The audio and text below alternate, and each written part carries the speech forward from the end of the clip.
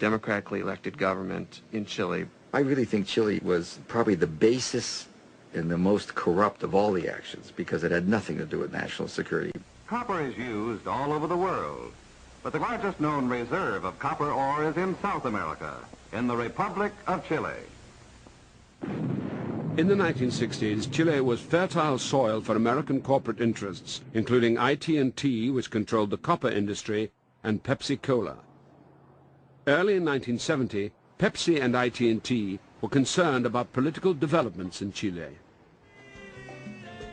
As the country's democratic presidential elections approached, a left-wing candidate named Salvador Allende was gaining popular support. His ties to Fidel Castro were of particular concern. He was the spokesman for Castro everywhere. As part of his electoral platform, he had said he would not accept American aid. He had inveighed against American capitalism, described the United States as not really being a democracy, but the Soviet Union was a democracy. Allende promised to nationalize Chile's copper industry, a direct threat to IT&T and concern to other U.S. corporations. I directed that an approach be made to both the State Department and Mr. Kissinger's office to tell them that we had grave concern over the outlook for ITT's investment. As IT&T called on Kissinger to take action against Allende, Pepsi President Donald Kendall echoed the same concern to an old friend, Richard Nixon. If he does it right in Chile, he's going to ensure a good flow of campaign money in 71 and 72.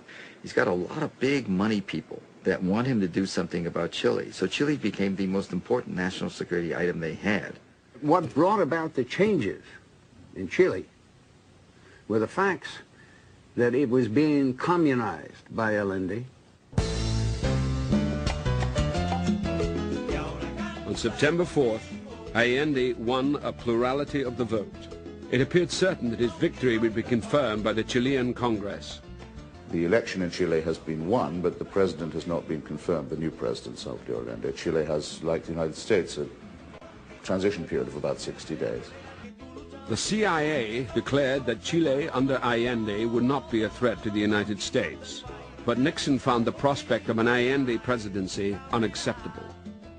As advisor to Richard Nixon, Kissinger followed Machiavelli's rule of flattering, adulating, and serving the powerful to be a success. In a September meeting, Kissinger shared his views on Chile's democratic election. I don't see why we need to stand by and watch a country go communist due to the irresponsibility of its people. On September 15th, Nixon met in the Oval Office with Kissinger and Richard Helms, director of the CIA. Helms' handwritten notes reveal a plan to prevent Allende from coming to power. Not concerned risks involved. No involvement of the embassy. 10 million available, more if necessary. An internal CIA memo dated September 16th outlines the official but secret policy implemented by the CIA under the supervision of Henry Kissinger. Kissinger asked Helms to report directly to him on the details of coup operations. Concealed from the Departments of State and Defense, as well as the U.S. Embassy in Chile, this plan for covert action became known as Track 2. Of course, that was a broad policy. I make no excuses for that. It should have been. Another Marxist regime in the hemisphere? No.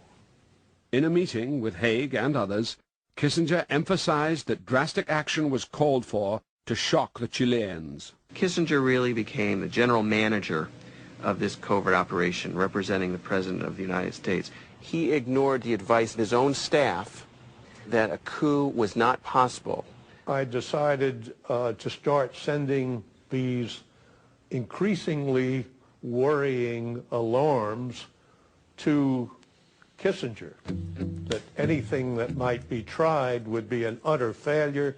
The Chilean military was not going to engage in anything.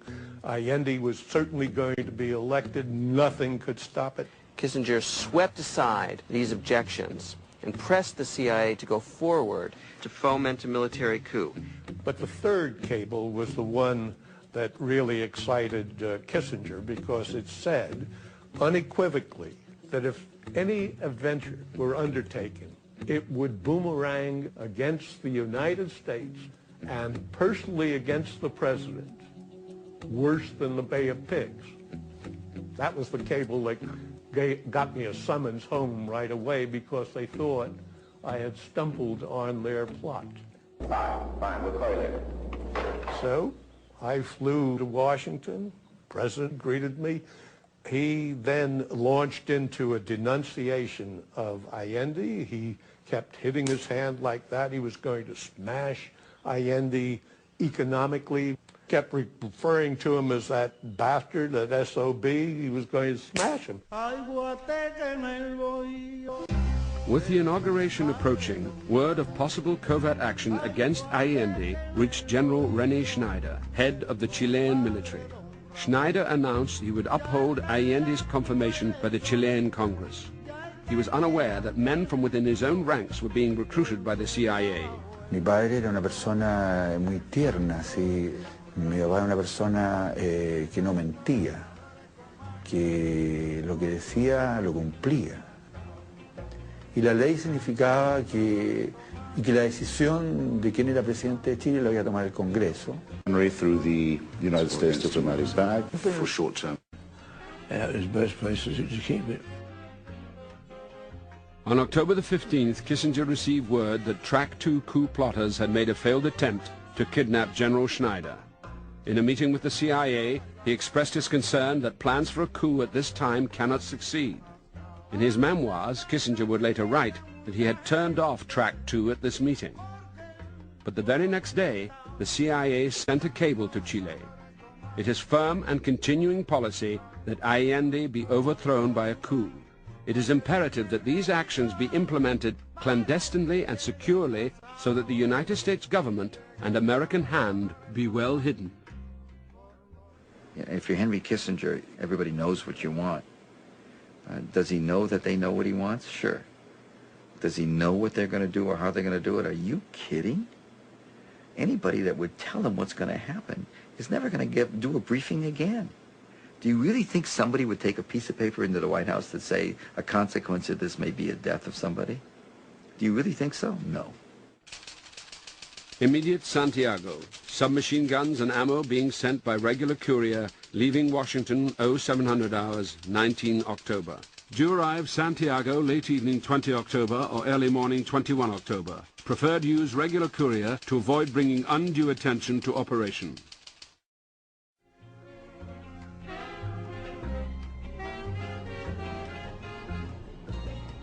Mi padre salió de aquí tipo 8 de la mañana en un auto en que iba solamente con su chofer. Llegaron a la esquina de... iban llegando a la esquina de Martín Zamora con Américo Vespucio y el auto ahí fue rodeado por otros y se le impidió el paso. De un jeep que queda al otro costado sale gente, rompen el vidrio con un mazo y disparan hacia adentro. Muchos disparos, ¿te fijas? When they moved the stop sign that morning, and his chauffeur didn't pay that much attention to it. I mean, for driving, he went the same way all the time. And then here one morning, he goes to go there, and it's blocked off, and it's over here, and then he stopped the car, and they shot him.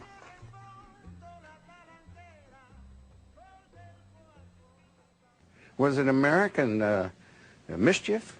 You know, that was investigated ad nauseum by an opposition senator, Church. Mm-hmm. And if you read the Church hearings, it's all there. And nobody was indicted. Nobody was charged with illegal acts. Mr. Kissinger, his presence here should not be interpreted as meaning that he himself was ever involved in any plot to assassinate any foreign figure. In the Church Committee, the CIA testified that Kissinger had been kept fully informed of the Schneider situation every step of the way, even after October 15th. Kissinger maintained that he turned off all coup plotting on October 15th. For Kissinger to be correct, this would go down in history as one of the greatest misunderstandings between the White House and the CIA. But when you read the documents, Kissinger was very clear. He said, let us keep pressure on every Allende weak spot in sight. Now, and into the future